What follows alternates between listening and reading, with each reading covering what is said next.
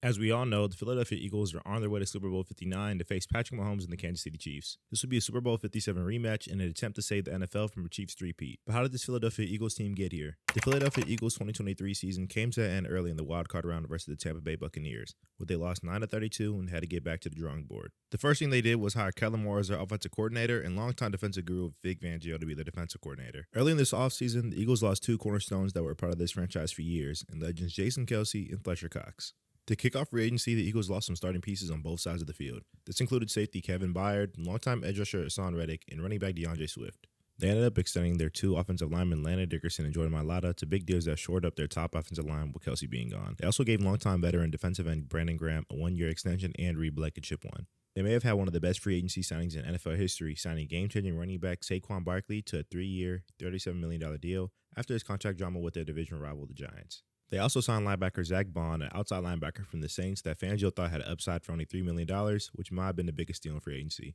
They also want to re-sign former safety C.J. Gardner-Johnson from the Detroit Lions to a 3-year deal, and edge rusher Bryce Huff. Fast forward to the NFL draft, and the Eagles selected three key players to their roster in Quinyon Mitchell and Cooper DeJean to complete their secondary, and special teams piece / backup running back Will Shipley from Clemson. Moving on to the regular season, after 4 weeks of football, this team was 2-2 and not looking good. They had just come off an embarrassing game to the Tampa Bay Buccaneers where they lost 16-33. Throughout this game, they just didn't look like themselves. From missed tackles to drop passes and even big special teams mistakes, in all three phases of the game, this team looked lost. During the game, the Eagles went down early in the second, 0-21. This offense was stagnant, Jalen Hurts was struggling, and at one point he was 1 for 6 for 7 yards through 3 drives. The Eagles had the second worst turnover margin, and Hurts had the most turnovers by a quarterback in the NFL.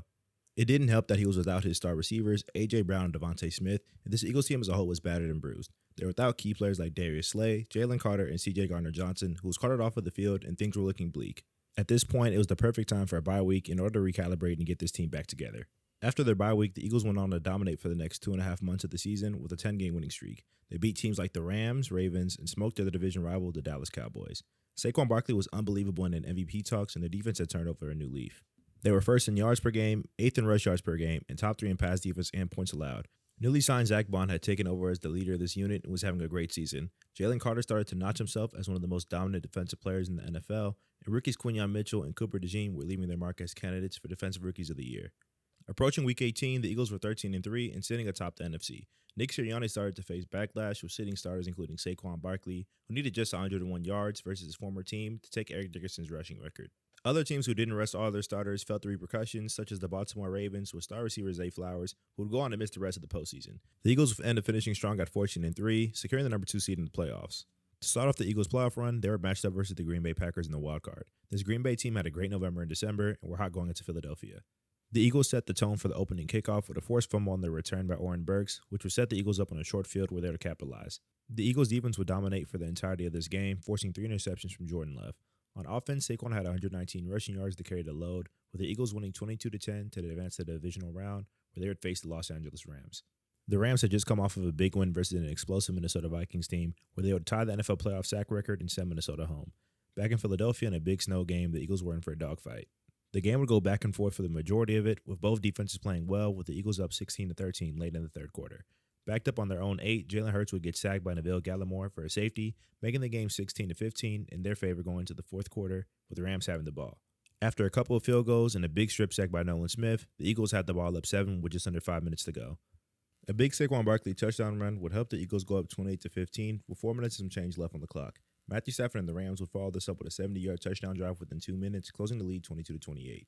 The Eagles would go 3 and out, and the Rams had a shot to win the game, down 6 with just over 2 minutes on the clock. It all comes down to a big 4th and 11 for the Rams in Philly territory. The Eagles ended up getting the stop and punched their ticket into the NFC Championship, where their next opponent was their division rivals, the Washington Commanders. To start off the NFC Championship, Saquon picked off right where he left off in his dominant performance against the Rams, breaking out for a 60-yard touchdown in the first play of the game. The Commanders would go back and forth with the Eagles in the first half, with the Eagles pulling away late, making it 27-12 at halftime.